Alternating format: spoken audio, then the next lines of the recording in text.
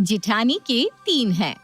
ये कहानी है रामनगर में रहने वाले एक परिवार की, जिसमें सास ससुर अपनी 2 बहुओं और उनके बच्चों सहित एक संयुक्त परिवार में रहा करते थे। दूर से देखने में तो ये परिवार बड़ा ही भरा पूरा और हंसता खिलता नजर आता था, लेकिन जैसा कि आप जानते ही होंगे, हर संयुक्त परिवार में ऐसी छोटी छोटी बहुत सी बातें होती हैं जो गले की हड्डी बनकर हर समय सताती ही रहती है, जिनको ना तो निगला जा सकता है और ना ही तो उगला। क्या हुआ? मेरी बात आपको समझ में नहीं आई? आइए आपको शुरू से कहानी सुनाते हैं। रश्मि और देव के 2 बेटे थे, बड़ा बेटा रवि और छोटा अमन। बड़े बेटे रवि की शादी राशि से हुई थी और उनके 3 बच्चे थे। छोटे अमन की शादी आरती से हुई थी और उसका एक बेटा ध्रुव था। बस इस परिवार में कलेश की जड़ यही थी कि जेठानी के 3 थे। क्या? अरे भाई बच्चे, और क्या? किटी पार्टी में। अरे यार क्या बताऊं, पिछली 2 किट्टी में तो मैं आ ही नहीं पाई। अरे घर में इतने काम होते हैं ना, खत्म होने का नाम ही नहीं लेते। हाँ, जब बच्चों की लाइन लगाओगे तो काम कहाँ से खत्म होंगे। इसीलिए तो कहते हैं छोटा परिवार सुखी परिवार। भाभी हर समय टाइम ना होने का रोना रोती ही रहती हो। अरे बच्चे मेरे हैं, तू बोलने वाली कौन होती है? तुझसे तो एक ही संभाला नहीं जाता। तू तो मेरे बच्चों के बारे में बोलना तो वही अच्छा होगा। पैदा मैंने किए, पाल मैं रही हूँ, खर्च हम उठा रहे हैं, फिर तकलीफ हर समय तुझे क्यों होती रहती है? अगले दिन, माँ जी बहुत हो गया। अरे 4 लीटर दूध आ रहा है, लेकिन जब भी चाय बनाने के लिए भगोना खोलो ये खाली ही मिलता है। इतना दूध कहाँ चला जाता है, कुछ पता ही नहीं लगता। अरे भाई हमारा दूध का खर्चा ही कितना है। मेरा मुन्ना 1 गिलास दूध पीता है बस सुबह में, उसके बाद बाकी का दूध जाता कहाँ है। अरे छोटी बहू क्यों शोर मचा रही है? अगर दूध कम पड़ रहा है तो दूध बढ़वा लो, बात खत्म। हाँ हाँ दूध बढ़वा लो ताकि उसका भी खर्चा हमारे सर लग जाए। 3 बच्चे हैं भाभी के, कहाँ उनके 5 लोगों का परिवार और कहाँ हम 3 लोगों का छोटा सा परिवार। भाभी को अपने बच्चों के लिए दूध अलग से लेना चाहिए ना। अरे छोटी बहू क्यों हर समय चिड़चिड़ करती रहती है? आधा खर्च देती तो है ना वो, अब उसके बच्चे दूध भी ना पिए क्या? मम्मी जी प्रॉब्लम तो सारी इसी बात की है कि वो सिर्फ आधा खर्चा देते हैं और इस्तेमाल आधे से ज्यादा करते हैं। अरे आधा खर्चा देने का मतलब ही क्या है? उनके 3 है और मेरा 1, मैं भला आधा खर्चा क्यों उठाऊं? अरे शर्म कर ले कुछ, तेरी जेठानी है वो और उसके बच्चे तेरे कुछ नहीं लगते क्या? बच्चों के लिए भी इतना भेदभाव भर रखा है अपने मन में। राम जी भला करे तेरे जैसी औरत का तो। हाँ हाँ माँ जी, सीधी बात कह दो तो किसी को अच्छी थोड़ी ना लगती है। आप ही बताइए क्या गलत कहा मैंने? हमारे घर में खर्च का हिसाब ना 50-50 नहीं हो सकता, 30-70 होना चाहिए। रश्मि समझती थी कि छोटी बहू ऐसे चुप नहीं होने वाली, इसलिए बात को ज्यादा तूल ना देते हुए वो चुपचाप वहां से उठकर चली जाती है। कुछ दिन बाद, अरे मम्मी जी कब तक ऐसे मुंह पर पट्टी लगाकर बैठी रहेंगी आप? देख रही है महीने का कितना बिल आया है। अब आप ही देख लो, 1 महीने में 3 सिलेंडर खर्च हो रहे हैं हमारे घर में। हम तो 3 ही लोग हैं ना, तो क्यों हमारा खाना बनाने में 3 सिलेंडर लग जाते हैं। 3 किलो देसी घी आया था 1 तारीख को, लेकिन घी की 1 बूंद नहीं बची घर में। घर में राशन का इतना खर्चा है, मैं तो थक गई हूँ राशन खरीदते खरीदते। अरे तू साफ साफ क्यों नहीं कहती कि तू ये सारी बातें घुमा फिरा कर मुझे ही सुना रही है कि मेरे 3 बच्चे हैं ना, वही तेरी आंख में दिन रात खटकते रहते हैं। तुझे शर्म नहीं आती? दुश्मन को भी कोई औलाद के लिए ऐसे नहीं बोलता और तू अपनी सगी जेठानी से हर समय चिढ़ती रहती है। बड़े भाग्य से ना औलाद का मुंह देखने को नसीब होता है। और अगर तुझे मेरे 3 बच्चों से इतनी दिक्कत है ना, तो तू भी पैदा कर ले 3-3, फिर हो जाएगा हिसाब बराबर। लेकिन आज के बाद मेरे बच्चों के बारे में फालतू बोली ना, तो मुझसे बुरा कोई नहीं होगा। सच पचा पाना हर किसी के बस का नहीं होता। सच बोल दो तो सबको समस्या हो ही जाती है। ठीक है माँ जी, इससे यही दिक्कत है ना कि हमारे परिवार में ज्यादा राशन लगता है और इसके परिवार में कम, तो अब से मैं ज्यादा पैसे दे दिया करूंगी बस। अरे राशि बेटा अभी तू शांत हो जा, मैं करती हूँ ना कुछ। अगले दिन राशि और आरती की ननद समीक्षा उनके घर आती है। समीक्षा शाम को अपने ससुराल चली जाएगी। समीक्षा की विदाई के लिए तुम दोनों मुझे 2-2 हजार रुपए दे दो, मैं वही पैसे देकर समीक्षा को विदा कर दूंगी। अरे मम्मी जी मैं 2 हजार क्यों दूंगी, आप भाभी से ज्यादा पैसे लो ना। आरती बहू ये क्या बात हुई? समीक्षा तुम्हारी ननद नहीं है क्या? और जब तुम्हारे बच्चों के लिए वो कपड़े लेकर आई थी तब तो तुम बड़ी खुश हो रही थी। तभी तो मैं कह रही हूँ ना मम्मी जी कि भाभी से ज्यादा पैसे लो। अब भाभी के बच्चों को 3 जोड़ी कपड़े मिले हैं और मुझे तो एक ही जोड़ी, तो विदाई भी तो भाभी को ही ज्यादा देनी चाहिए ना। दीदी के आने का फायदा भी तो सबसे ज्यादा भाभी को ही होता है। आरती बहू, तूने ओछेपन की ना सारी हदें पार करती है। अब मुझे नहीं लगता कि तुम दोनों देवरानी जेठानी को एक ही छत के नीचे रहना चाहिए। जब मन में इतनी कड़वाहट भरी हो तो फिर एक ही रसोई में खाना बनाने का कोई मतलब नहीं है। तुम दोनों कल शाम को मेरे पास आना, मैंने सोच लिया है, अब मैं इस घर का बंटवारा कर दूंगी। सास की बात सुनकर देवरानी आरती बहुत खुश हो जाती है। चलो देर से ही सही, कम से कम माँ जी को ये बात समझ में तो आई। अरे भाई, आखिर कब तक हम इनके 3-3 बच्चों का बोझ उठाते रहेंगे? जब पैदा इन्होंने किया है तो उन्हें पालने की जिम्मेदारी भी खुद उठाए ना। मेरा पति क्यों अपनी कमाई इनके ऊपर लुटाता रहे? सुनते हैं, आरती के रोज रोज के झगड़ों से तंग आकर माँ जी ने घर का बंटवारा करने का निर्णय ले लिया है। लेकिन मुझे ठीक नहीं लग रहा। अगर माँ जी घर को 2 हिस्सों में बांट देंगे तो माँ बाबू जी के रहने की बड़ी दिक्कत हो जाएगी। मैं सोच रही हूँ माँ बाबू जी को अपने साथ ही रख लेंगे। आरती की आदत तो तुम जानती हो, उनको 2 रोटी बनाकर खिलाने में वो सुबह शाम ताने मारा करेगी। ठीक कह रही हो तुम, और वैसे भी मम्मी पापा के लिए हमारी भी तो कुछ जिम्मेदारी है ना। आपसे तो कुछ होने वाला नहीं था। देखा, आखिरकार मैंने माँ जी को घर का बंटवारा करने के लिए राजी कर ही लिया ना। आपके भरोसे रहती तो आने वाले 20 साल में भी इस घर के हिस्से ना होते और जीवन भर मुझे भैया भाभी के बच्चों की जिम्मेदारी उठानी पड़ती। अरे भाई, थक गई थी मैं इतने बड़े परिवार के लिए खाना बना बना कर। देखो, तुम्हें जो करना है करो, मुझे ना इनसे महाभारत से दूरी रखा करो। मेरे पास पहले ही बहुत टेंशन है। अगले दिन शाम को, यहाँ आओ, दोनों आकर मेरे पास बैठो। देखो बहू, मेरे लिए तो चारों बच्चे एक समान हैं।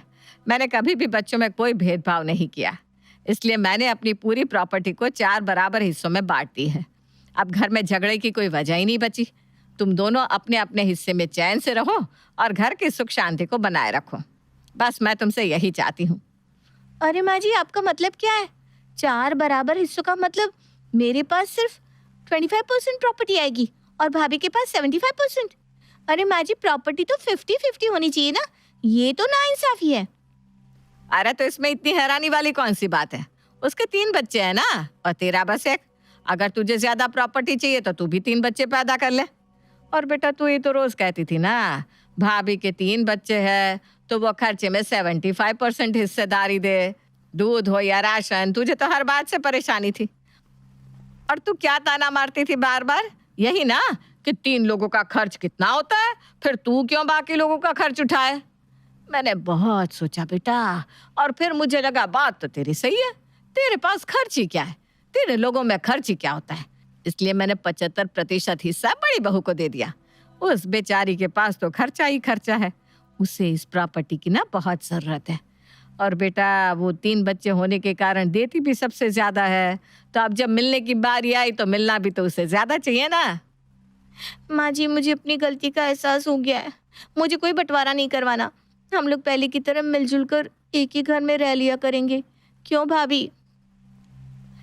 माँ जी, जैसा आप कहें, मुझे आपकी बात स्वीकार है। और हाँ, मैंने और रवि ने ये डिसाइड किया है कि मकान के हिस्से होने के बाद आप हमारे पास ही रहेंगे। आरती बहू, देख ले अपनी जेठानी को, देख ले उसका दिल। उसके पास पहले ही 5 लोगों का खर्चा है, उसके बाद भी वो हम दोनों का खर्चा खुशी खुशी उठाने के लिए तैयार हो गई। और तुम एक बच्चा होने के बाद भी हर समय खर्च के लिए रोती रहती हो। अरे बेटा, तूने तो बच्चों की रोटियां तक गिन ली। अगर कल को तेरा भी दूसरा बच्चा हो गया तो उसकी 2 रोटी बनाने में भी तो ऐसी ही थक जाएगी ना तू। मुझे माफ कर दो माँ जी, मैं आगे से कभी ऐसी बात नहीं करूंगी। आरती के बार बार माफी मांगने पर रश्मि उसे माफ कर देती है। प्रॉपर्टी हाथ से जाने के डर से आरती भी उस दिन के बाद कभी नहीं कहती कि जेठानी के तो 3 है। मिस्टर इंडिया फिल्म देखी है आपने? अरे वही श्रीदेवी की लटकी झटको वाली फिल्म। लेकिन क्या हो जब वही फिल्म कोई बहू देख रही हो। अरे कहाँ मर गई करम जली, सारा दिन उस डब्बे में मुंह डालकर बैठी रहती है, न जाने क्या क्या देखती है। एक ही फिल्म 10-10 बार देखती है। अरे थोड़ा तो काम कर ले घर का। क्या काम कर लूं? हाँ, क्या काम कर लूं बता दीजिए। खाना ठूस कर बैठी हो, घर साफ है, किचन साफ है, पति ऑफिस और बच्चे स्कूल गए हैं, तो बताओ क्या काम करूं? अरे टीवी देख रही हूँ, दिख नहीं रहा है क्या? अरे तो और कुछ दिखता भी तो नहीं है मुझे, बस यही दिखता है कि तू टीवी देख रही है। अरे कुछ तो काम कर लिया कर। काम क्यों नहीं करती? तेरी माँ ने कुछ सिखाया नहीं क्या? अरे मेरे सामने तुझे ये जो काम चोरी करते देखती हूँ ना, मेरा तो खून खौल उठता है। तो क्या करूं? लेकर फावड़ा कुआं खोदा करूं तो लगेगा कि मैं काम कर रही हूँ, और सामने ना देखो तो कहाँ जाऊं? नहीं नहीं, बता दो कहाँ चली जाऊं जो तुम्हें नजर ना आऊं? अरे जबान देख लो कितनी लंबी हो रखी है। आजकल की लड़कियां एक नंबर की कामचोर और जबान चलाने वाली होती है। तो कर देती ना अपने बेटी की शादी किसी अपने जमाने की लड़की से। मेरा भी पीछा छूट जाता। अब शांति से रह लो, मैं भी काम कर लूं। पिक्चर शुरू होने वाली है एक। हाँ हाँ, और क्या काम रह गया है तेरे पास? कोई काम तो है नहीं, बस देख ले पिक्चर। खैर, फिल्म शुरू हो जाती है। नाम होता है मिस्टर इंडिया। थोड़ी देर बाद, हाय रे क्या घड़ी है, वाह जी वाह, ये मुझे मिल जाए तो मैं भी गायब हो जाऊं। लेकिन ये घड़ी मिलेगी कहाँ? फिल्म खत्म होते होते तो बहू के मन में बस यही रह जाता है कि बस किसी तरह उसे वो घड़ी मिल जाए। अगले रोज, माँ जी मैं सहेली के घर जा रही हूँ। सास की कोई आवाज नहीं आती। मेरा काम था बताना तो मैंने बता दिया। बुढ़िया ना रिस्पॉन्स करे तो मेरी गलती थोड़ी ना है। बहू बाहर निकल रही होती है कि सामने खड़ा होता है एक साधु। बेटी कुछ खाने को दे दे। बाबा मुझे कुछ ऐसा दे दो ना जिससे मैं गायब हो जाऊं। मैं तुम्हें खाने को दे दूंगी पक्का। बोलो सौदा कर ले क्या? साधु अपने बस्ते से उसे एक घड़ी निकाल कर देता है। ला अब भोजन दे दे बहन, बहुत भूख लग रही है। पागल समझाए ना, कोई सपना नहीं देख रही हूँ मैं। रुको पहले मैं ये घड़ी पहनकर चेक करती हूँ। वो क्या है ना, आजकल बहुत ऐसे वैसे बाबा घूमते रहते हैं लोगों को उल्लू बनाने के लिए। लेकिन ये क्या, जैसे ही बहू घड़ी को अपनी कलाई में बांधती है वैसे ही वो गायब हो जाती है। और ये तो कमाल ही हो गया, मैं तो गायब हो गई।